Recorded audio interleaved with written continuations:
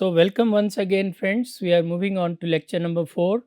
So, in the previous lectures, we have been discussing how the term diaspora has emerged and evolved over a period of time, and what are the pros and cons of this diasporic movement. Now, we are going to talk about the characteristics of diasporic writing. Friends, diaspora, apart from being a change agent in terms of cultural transformations or cultural hybridity and economic opportunities, it has also been a very fertile ground for creative expressions. And so there is a very rich body of diasporic writing detailing the nuances of the experiences of diaspora. So let us quickly look at the characteristic features of this diasporic writing, which will help us later on when we discuss the diaspora writers or the fictions of Indian diaspora. So, one of the characteristic features of diasporic writing is the sense of exile. So, as Edward said in his essay, Reflections on Exile, remarks, and I quote, "Exile is never the state of being satisfied, placid, or secure. Exile is life led outside habitual order. It is nomadic, decentered, contrapuntal, but no sooner does one get accustomed to it than its unsettling force erupts anew." So, exile is the hallmark of this. As I said, uh, since the diasporic communities are crossing their own borders and are landing in a new country, they are in a state of perpetual exile. So, this sense of exile is voluntary or involuntary, but it is always there because the state of loneliness and estrangement involves the permanent sense of separation from one's homeland, emphasizing deep personal and collective suffering. So people always, feel that they are away from home, and this feeling is always overpowering. And this finds a beautiful expression in most of the diasporic writings. For example, Nugent's The Sympathizer and Adichie's Americana. If you go through these two texts, you will find how the protagonists suffer an acute sense of exile. The second, hallmark of these diasporic writings is a sense of displacement. So, in Nugent's displaced refugee writers on refugee lives, Nugent writes, "The dissolution of borders is the utopian vision of cosmopolitanism, of global peace, and of a global place where no one is displaced." But then this is an ironic statement. While we keep on talking about a certain degree of globalization and cosmopolitanism, we find more and more people getting displaced because of many circumstances, and this displacement and this sense of displacement is very much a reality. The displaced position and a longing to find an equilibrium in the pendulum of the world made them find solace in writing. So we find that many people found it very difficult to respond to this kind of physical and psychological sense of displacement, and as a result, to you know express their troubled thoughts, took a creative or literary route.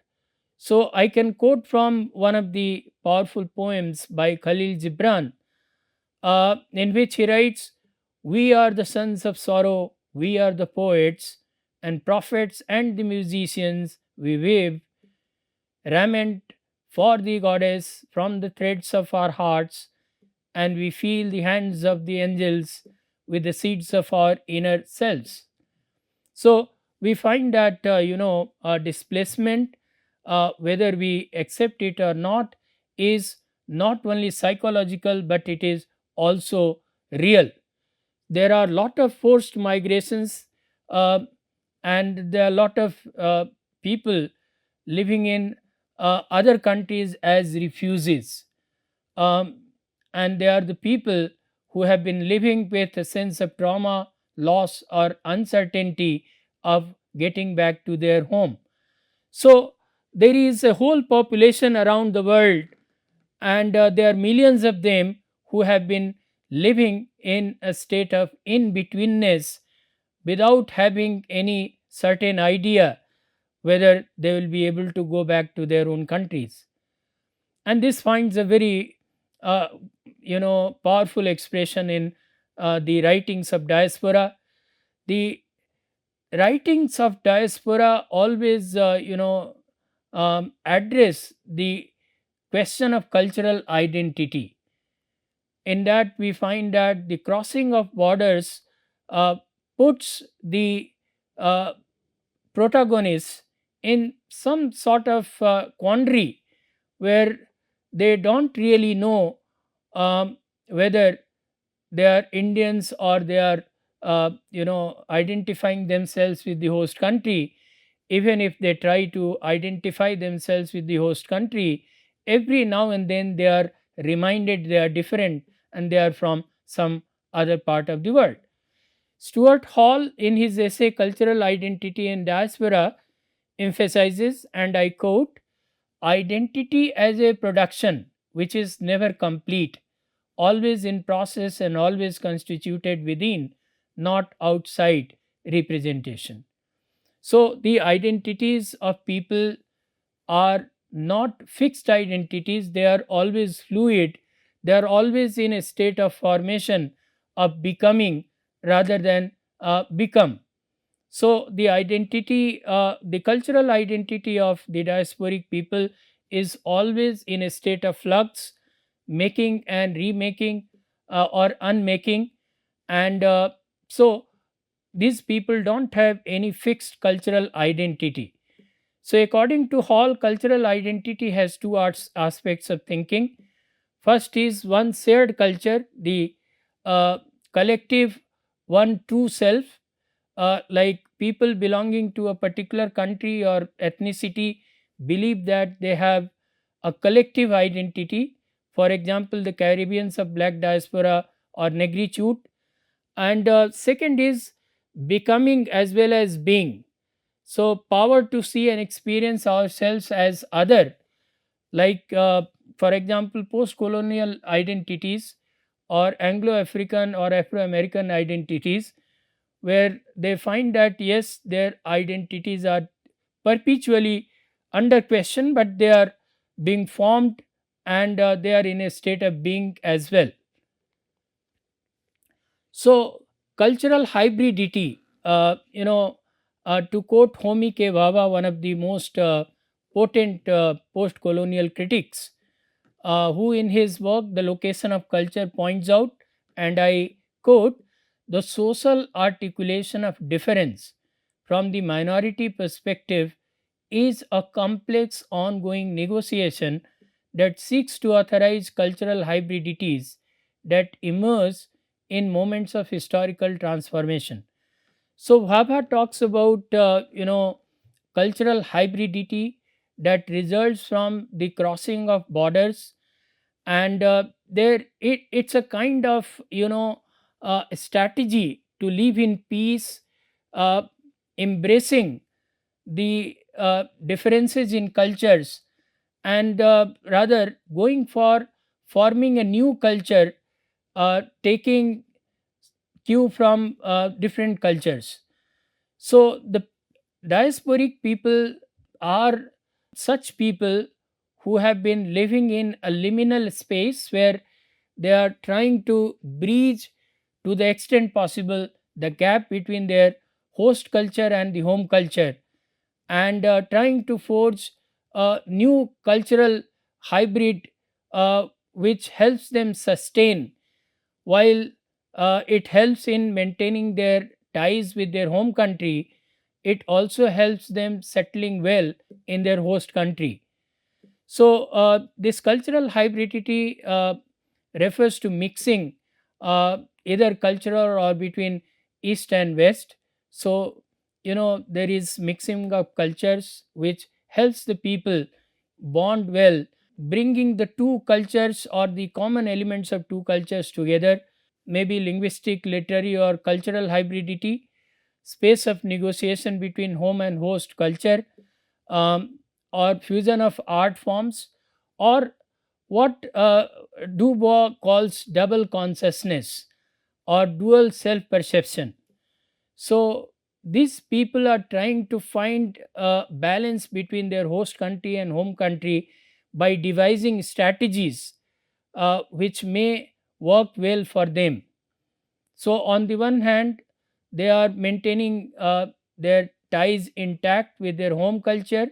On the other, they are also contributing significantly for the enrichment of the host culture, and they are continually trying to forge common links between the two cultures, mixing the two cultures and making a hybrid, which in a sense uh, makes the ties stronger, and which also helps them live in peace, not as alienated completely uh, in the host culture, but living in that culture, maintaining some part of their old culture as well.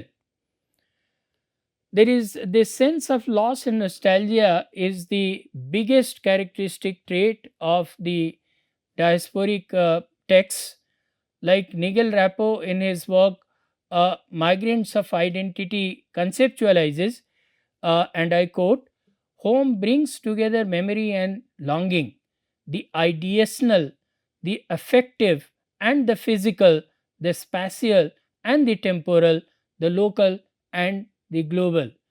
So, home is the locus of our being, and we never think we are anything without our home. And there is this strong sense of attachment to home amongst the people, and wherever we go, we never quite distance ourselves psychologically from our home. So diasporic communities always long for their home, in many cases for a lost home in a lost country, because there is no possibility of return for them. Nonetheless, they always cherish this ideational home in their hearts, and always believe that there will be a time when they will go back.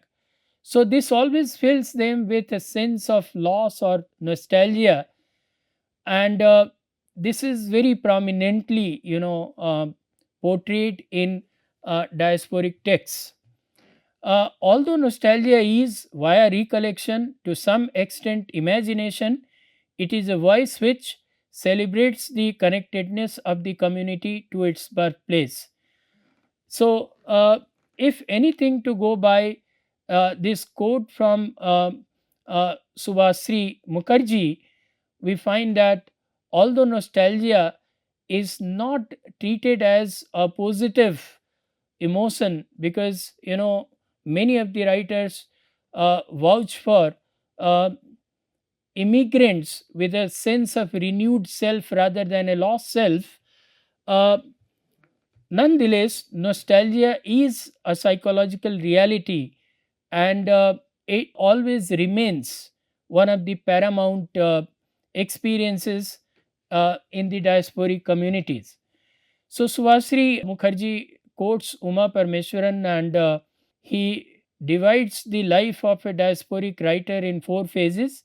First, he says nostalgic and homesick. It all begins with nostalgia and homesickness in the initial stages. Then the diasporic writer settles in the new environment, and then starts involving himself or herself into ethno-cultural issues of that country, and then um, starts proving existence in larger socio-political issues.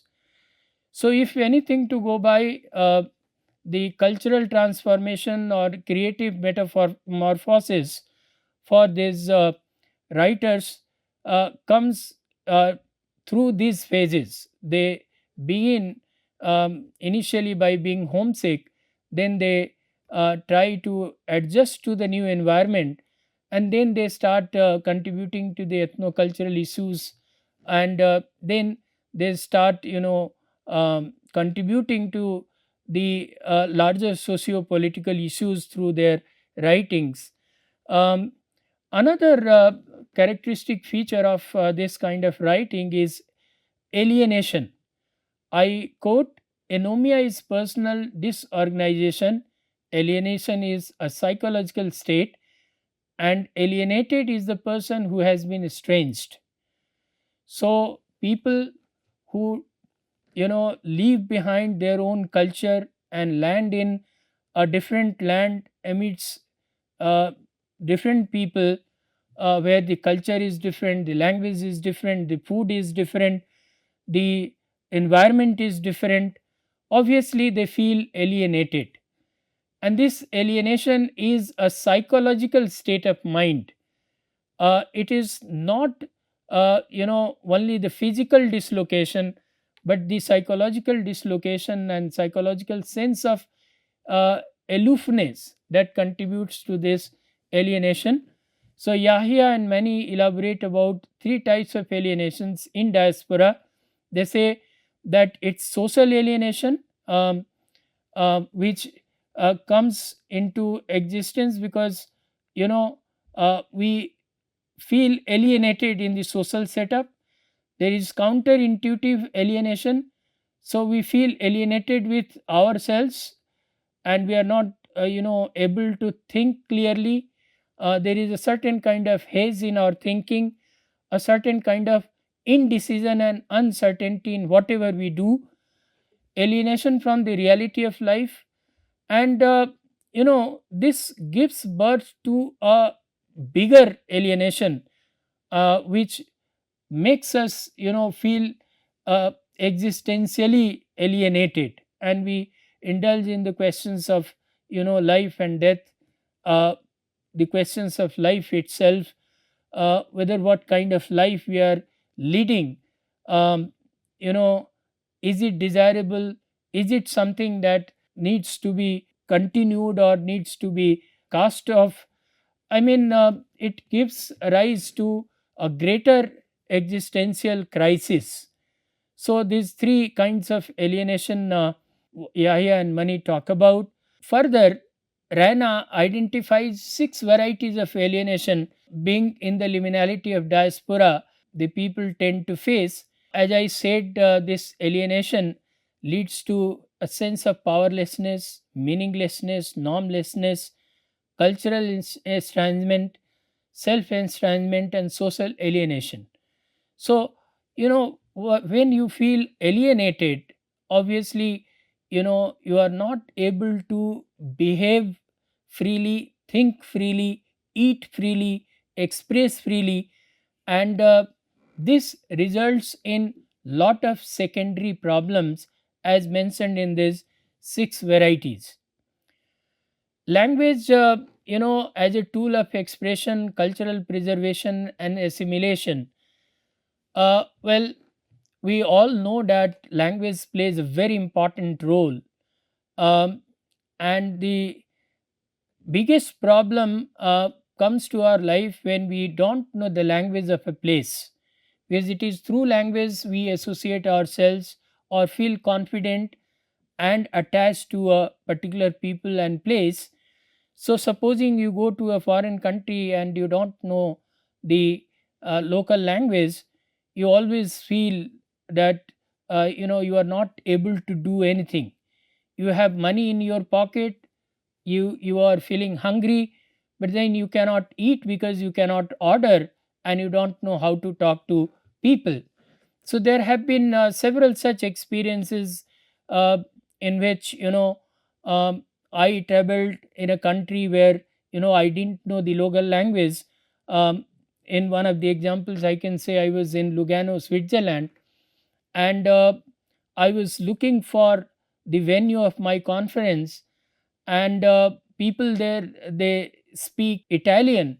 So I was asking the direction of my venue of conference, and the persons were not able to tell it to me in English, and they were explaining it in Italian. But then there was a mismatch between their words and their expressions or gestures and postures. While they were pointing to the right, I had to go to the left. So it happened for almost half an hour that I circled the same locality and came to the same place again and again. To my help, a youngster came who knew little bit of English, and only he could help me to reach my venue. So such things always happen. And if you are not able to express yourself freely in your own language or the language of the country to which you have migrated, you always feel it limiting, and it is very difficult. It's not that people there are not trying to make you feel easy. So there is some kind of compromise and concession, we can say.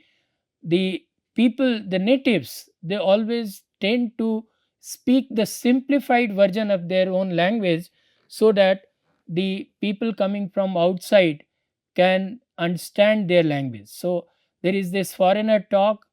They also devise some kind of lingua franca, some kind of language which is other than the languages of both these speakers, and helps them communicate with each other, although they don't know the languages of each other. uh, there is a term called coinization, uh, that means development of new dialect or language. Coin, by mixing, labeling, and simplifying dialects of a language or other closely related language. um, it happens mostly with the migrants from indentured labor, overseas trade, slave trade, etc. So what happens, they come up with uh, coining different closely associated languages to form a new language through which they can communicate. Likewise, they go for pidgin, they go for Creole. um, they make linguistic compromises. They come up with a language that is easy to understand, easy to write, easy to develop.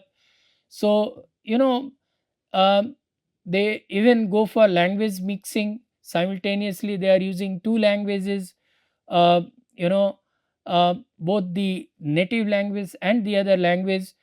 uh, there is always a possibility of language shift, known as language transfer or language replacement or language assimilation, where a speech community shifts to a different language, uh, maybe because of the extended use of or cultural and political control. So we find that people tend to leave behind their own language, and they start learning the language that is the dominant language of the country to which they have migrated to, because this becomes a necessity for them to settle down in that country. Likewise, they also go for some more you know techniques, uh, so that they can learn the language or devise a variety of language which can help them sustain in these other countries. Like they borrow certain words from the foreign language and insert them in their native language, or they go for code mixing, where they mix two languages simultaneously, or code switching, where they use two languages simultaneously. Some of the examples you can see: uh, tum mera wait karo bahar. So wait, all of us know, is an English word, and rest of it is Hindi. So somebody who does not follow uh, Hindi altogether would also be able to get something out of the word wait. और मैं आपको morning में मिलूँगा, मिलूँगी. So morning में मिलूँगी, at least morning is known. Likewise, in code switching, we say the same thing in two languages. तुम कल कहाँ थी? I wanted to talk to you. So, I wanted to talk to you. At least half of it is understood by somebody who does not follow Hindi. So, there are several such methods that are used for survival, for better communication by these diasporic people. And we find that such expressions are also integral to diasporic texts. So, we find that diasporic texts reflect the fluid nature and identity of communication for facilitating understanding or expressing cultural identity or adapting to different social environments. In a way, they are also throwing a hint to all the diasporic people that this is something which is required for your survival. If you are too rigid and you are not able to relate to others by means of language, probably survival for you will not be possible. So we find that language turns out to be a very very powerful medium uh, during the diasporic expressions. And when we go through the diasporic texts, we will realize how rich are they in terms of their use of language and diction. So then again, there is another very important characteristic trait of these diasporic writings. It is cultural preservation and resistance. So I quote Dag, who says, who quotes Vertovec, who says, diasporas are used as a mode of cultural production that generates and reproduces cultural, political, and social relations through different objects, actions, and interpretations of artistic expression in the transnational space. So, we find that, diasporic writings are very important because they very powerfully express and explain a particular culture of the home country to the host country, and turns out to be a good interpreter of the lives of the diasporic people.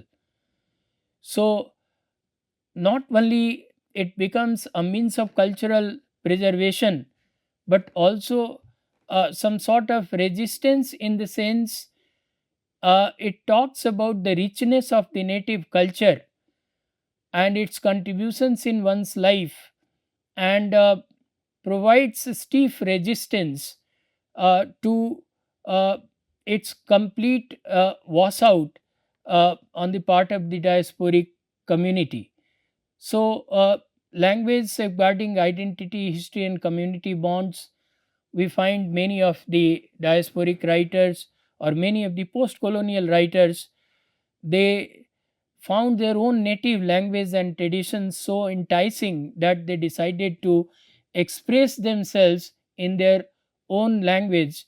Like we talk about uh, Gugio Thango, who started writing in his own Gikyu language, believing that it is his responsibility to preserve his culture and identity, and for that matter, his language. Literature and storytelling, they become very important means of cultural exchange and cultural preservation, in that through the literature of their native land, or through the stories relating to their native culture, these writers have maintained continuity of culture for the future generations of their country in a foreign land.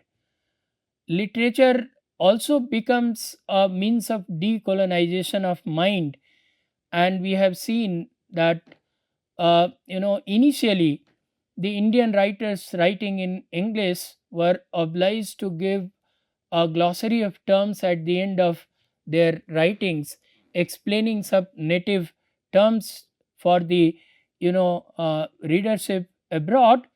But of late we have seen that they have grown in confidence, and they are using native terms and terminologies quite frequently in their writings.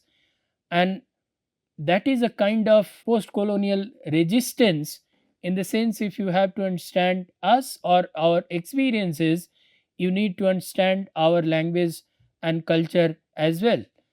Food and cuisine are treated as cultural markers, and we find that diasporic writings are full of such symbols and themes relating to cuisine or food. For example, Monica Ali's Brick Lane may be referred to. Festivals, rituals, religion, music, arts, and films, they all become integral part of such writings, and as such a means of perpetuating the native culture, and also resisting the complete dominance of the host culture on these home cultures. So these are some of the suggested readings and bibliography, friends. You can refer to that. We'll continue our discussion. We talked about the some of the prominent features of diasporic writings, and I believe this will come handy when we start talking about the diaspora writers and the fictions related to diaspora experience. Thank you very much.